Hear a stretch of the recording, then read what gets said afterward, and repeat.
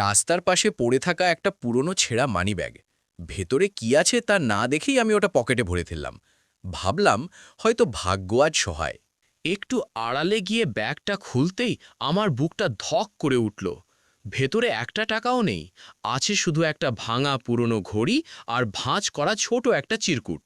দেখি তাতে কাঁপা কাঁপা হাতে লেখা, বাবা, আজ আমার প্রথম বেতনের টাকা দিয়ে তোমার জন্য ওষুধ কিনব। তুমি একদম চিন্তা করো না। তারিখটা দেখে বুঝলাম এটা 10 বছর আগের লেখা। আমি লজ্জিত হয়ে ব্যাগটা নিয়ে বৃদ্ধের কাছে ফিরে গেলাম। বৃদ্ধ লোকটা আমার দিকে তাকিয়ে একচিলতে হাসলেন। তিনি বললেন, বাবা, আমার ছেলেটা আর ফেরেনি, কিন্তু আমি প্রতিদিন এখানে এই ব্যাগটা ফেলি, শুধু এটা দেখার জন্য যে আজও কি মানুষের মনে দয়া মায়া বেঁচে আছে। বৃদ্ধের কথা শুনে আমার চোখ ভিজে এলো।